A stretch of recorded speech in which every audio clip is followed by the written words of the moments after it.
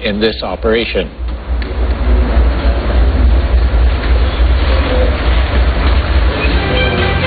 A group of Rohingya asylum seekers are still stranded at sea off South Aceh after arriving on Monday. 5 have been taken off ship, however, for medical reasons. The group includes 79 women, 13 men, and 59 children. And public opposition has delayed permission for landfall, but some fishers have delivered food and water for the asylum seekers. Aceh, as it stands, is currently housing approximately 1,800 Rohingyas at shelters in both PDA and Lok Sumawe. Okay, time for our first short break, but have news from around Indonesia when we come back, only on the C Morning Show.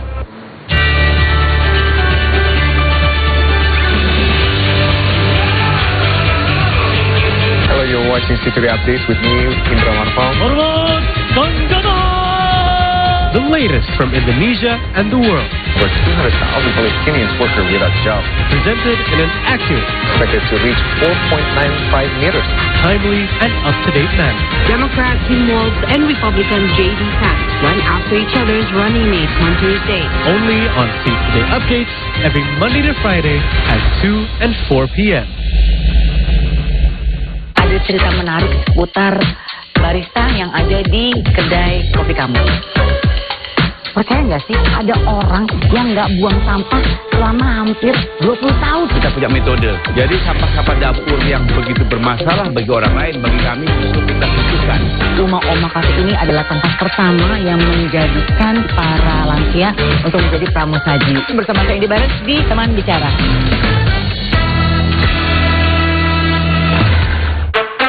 Ya mungkin namanya Rumah Sinari Bumi juga tiba-tiba dari istri saya, karena banyak cahaya yang masuk gitu di rumahnya. Jadi kita namakan saja lah rumahnya Rumah Sinari Bumi.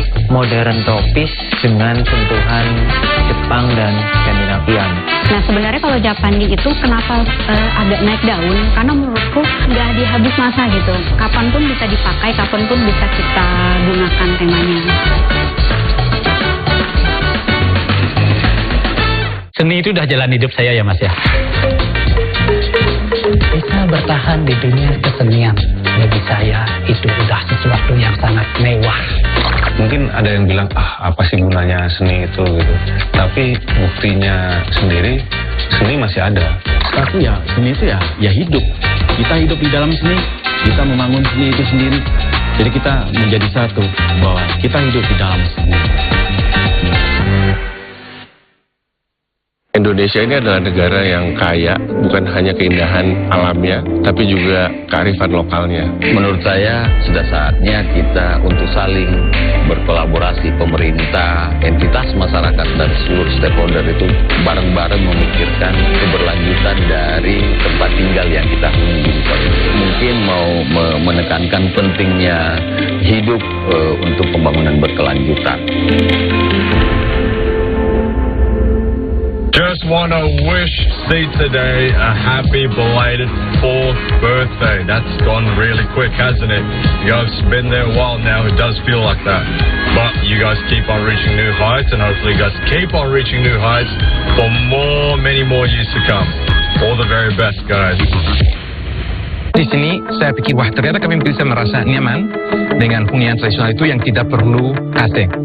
Sebenarnya karena kita di negara tropis gitu ya, maka rumah ini pasti otomatis arsitekturnya juga tropis gitu ya. Inilah pasangan hidup saya. Oh ini kan jodohku gitu. Ya mungkin. A lot of love there, warmth, safety, dignity, that's what I call home.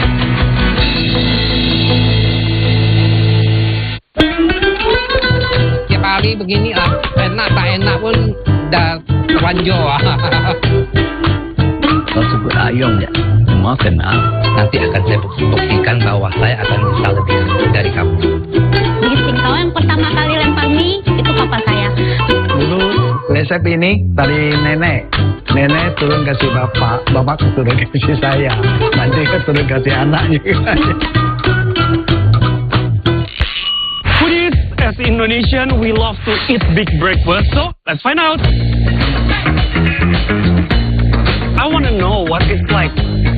one is special.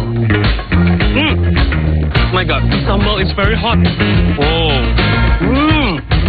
Trust me, you will not only get a taste of food like no other, but also extraordinary experience. Don't go anywhere. Stay on Anggur Hour. Hello everyone, welcome back again with me, Chef Putri, only at Satisfactory. Now we're gonna put more Parmesan cheese on top. I will be sharing with you guys one of the most easiest recipes for you guys to make at home. This is it, peanut butter cheese cake. Only at Satisfactory, cook healthy and cook happy. We will have some updates being prepared today, and I would like to welcome our viewers, whether you are watching for the next 3 hours. We'll bring you the latest from Indonesia, South Asia, and also around the world. Thank you so much for joining us on the 3-hour news show on Stay Today. Bye-bye.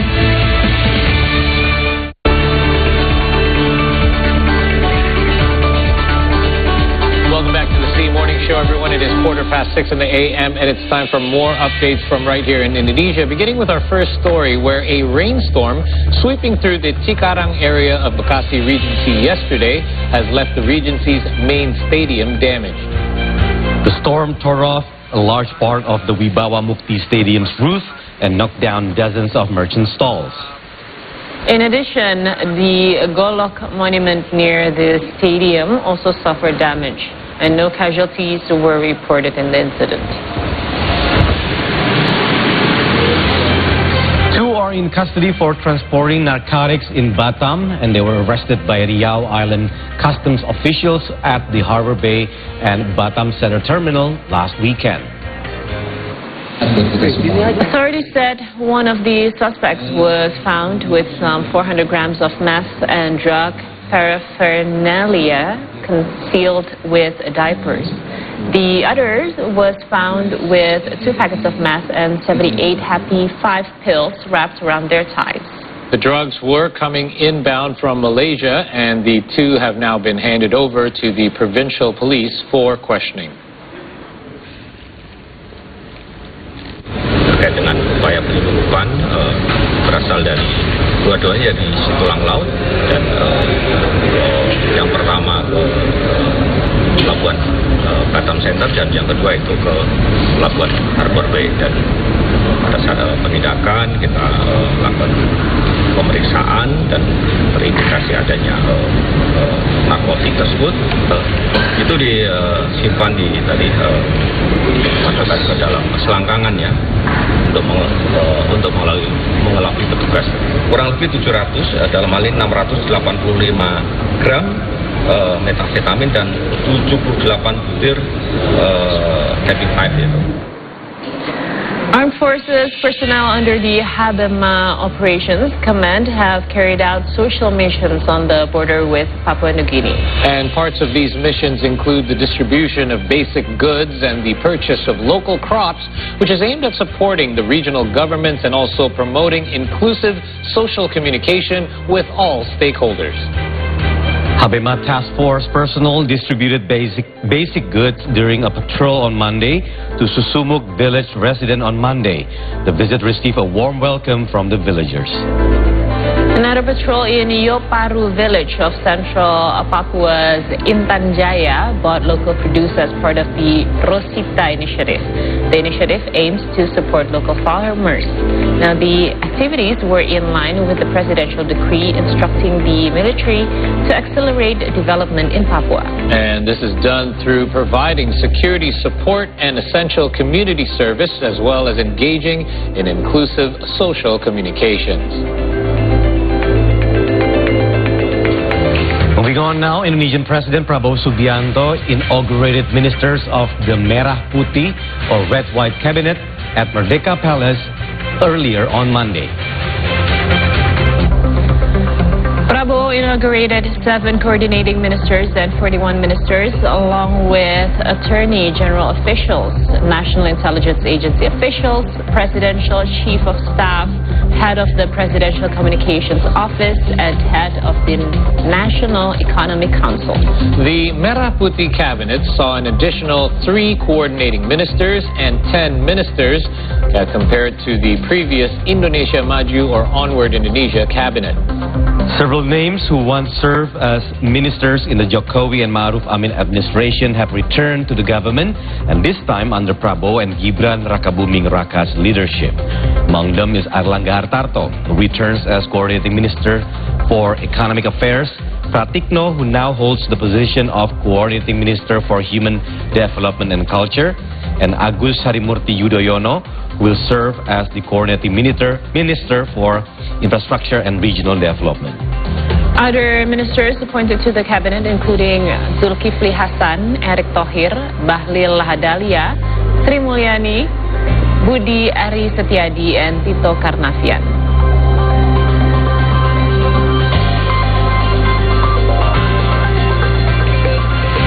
The president also sworn in deputy ministers yesterday afternoon.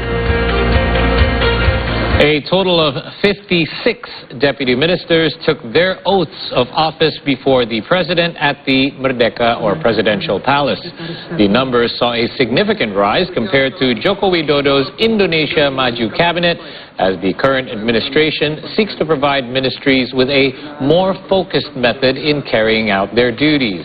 One of the ministries getting more deputy minister is the foreign ministry, who now has 3. Seperti yang teman-teman dengar kemarin dalam pidatonya Bapak Presiden pada saat pelantikan, sudah cukup jelas arah isu-isu luar negeri yang akan menjadi perhatian oleh beliau. Jadi di situ beliau menegaskan bahwa Indonesia akan tetap menjalankan politik luar negeri bebas aktif. Kita akan berteman dengan semua negara, kita tidak akan mau bermusuhan. Isu-isu seperti Palestina itu akan tetap menjadi prioritas Indonesia, dan tentunya Polugri Indonesia juga akan mendukung target-target pembangunan Indonesia, khususnya terkait dengan pangan, dengan energi, dan lain sebagainya. So just to add a little bit, this is the largest cabinet since the 1960s with 56 deputy ministers. So on the foreign policy front, Prabowo affirmed that Indonesia's long-standing policy of non-alignment, where the country does not ally itself with major power blocs. So he said we will stand against all colonialism, and we will defend the interests of oppressed people worldwide. And the ministers and their deputies will sleep in tents later on for the kick-off the term of the 3-day retreat at the military academy in Central Java, in Magelang. So they will stay in a tent, and the retreat is aimed on bonding the cabinet and helping members understand Prabowo's vision. And so he will later make his first global appearances at the Asia-Pacific Economic Cooperation Summit happening next month, and at the G20 summit right after. This retreat, what I've heard is it's going to be quite military themed. Really? Yes, but it is only, is it 3 days? 3 days, yeah. Yeah, so it's not, it won't be that intense. Well, at least it won't be that long. It might be a little bit intense, but it should be great. And we know that these kind of outbound retreats are great for team building. That's true. And we know that we've seen now the list of both the ministers and deputy ministers. You know, I always say that we're talking about a business, that business is only as strong as the management team or managerial team behind it. And I do believe that we have a president and vice president, but they're also going to get stronger if they have a strong cabinet behind them, and I think we certainly have that. Now, one familiar face that we have seen, which was perhaps during the election time on the opposing side, but now has joined on as well to President Prabowo's administration, is Muhaimin Iskandar or Cak Imin, who has taken over as the Community Empowerment Coordinating Minister from Muhajir Effendi, with hopes of turning the ministry into an institution of both social and economic empowerment. And also the same day, Nusron Wahid took over as Agrarian Affairs Minister from Agus Yudhoyono. Muhaimin Iskandar has officially taken the post of Community Empowerment Coordinating Minister replacing Human Development and Culture Coordinating Minister Muhajir Effendi. He signed the handover document on Monday just after being sworn in by President Prabowo Subianto. In his address, he laid out the task for his ministry and the ministries under it, which include social affairs, MSMEs, and creative economy. He also expressed hopes that the ministry could promote cohesion in social and economic empowerment efforts. Kementerian Koordinasi Pemberdayaan Masyarakat ini dibuat dalam kerangka kita tahu persis bagaimana peran ekonomi kecil menengah, peran ekonomi kreatif sangat penting dan memiliki kekuatan yang luar biasa. Akan tetapi sinergi pemberdayaan masyarakat belum menyeluruh antara pemberdayaan sosial dengan pemberdayaan ekonominya. Dengan adanya Kemenko Pemberdayaan ini kita ingin satu kesatuan dalam satu gerakan yang utuh antara pemberdayaan sosial dengan pemberdayaan ekonomi. On the same day, Nusron Wahid took over as Agrarian Affairs Minister from Agus Yudhoyono. In his remarks, he vowed to eradicate the so-called land mafia and monopolistic practices within the first 100 days. He also pledged to make land ownership more egalitarian. Pesannya Pak Presiden kepada kami sebelum diangkat jadi menteri, ada 3 yang harus kita amankan dalam rangka mengamankan tanah ini. Yang pertama, penataan ulang model pemberian konsesi lahan-lahan pemerintah dalam bentuk hak guna usaha dengan mengedepankan prinsip-prinsip keadilan, prinsip-prinsip pemerataan, dan yang ketiga adalah prinsip-prinsip keberlanjutan ekonomi. Nusron also promised to continue existing programs such as providing 120 million land certificates by the end of this year. Today contributor reporting from Jakarta. All right, after a quick break, we'll have Paul set to bring us some sports updates. So what do you have for us today, Paul? Well, you're going to love this one, Tommy. I'm going to cover some tennis updates. So we have some of the latest updates from men's tennis as Alexander Zverev has eased past the first round at the Vienna Open. We also have some women's tennis from the Tokyo Open, where Bianca Andreescu has kind of shaken off her latest bad performances and also moved past the first round, but she will be having a tough test facing Beatriz Haddad-Maia in the second round. We have some upcoming look at the preseason Boston Celtics, where the defending champions will try to repeat. Joe Mazzulla has taken a lot of fire in regards to whether or not his team can become champions once again. So we will preview the defending champion Boston Celtics from the NBA. And in local basketball news, we'll find out who Satria Muda Pertamina has to replace their long-standing captain, who has just recently not signed with their team, Arki Wisnu. All that and more when we return here on the C Morning Show. Stay tuned. Your Tuesday morning sports update is coming up next.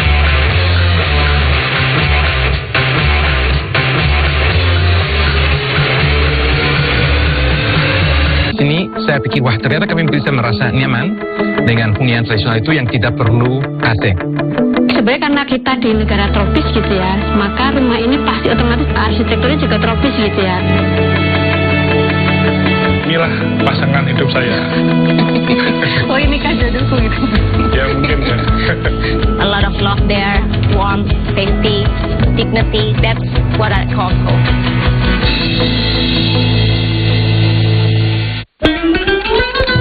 Tiap hari begini enak tak enak pun dah ranjau. Kalau sebut ayong ya, semua kenal. Nanti akan saya buktikan bahwa saya akan bisa lebih dari kamu. Gising, kalau yang pertama kali lempar mie, itu papa saya. Dulu resep ini dari nenek. Nenek turun kasih bapak, bapak turun kasih saya. Nanti kan turun kasih anak juga. Foodies, as Indonesian, we love to eat big breakfast. So, let's find out. I want to know what it's like. This one is special.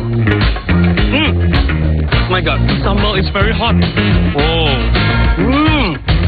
Trust me, you will not only get a taste of food like no other, but also extraordinary experience. Don't go anywhere, stay on Hungry Hour. Hello everyone, welcome back again with me, Chef Putri, only at Satisfactory. Now we're gonna put more Parmesan cheese on top. I will be sharing with you guys one of the most easiest recipes for you guys to make at home. This is it, peanut butter cheese cake.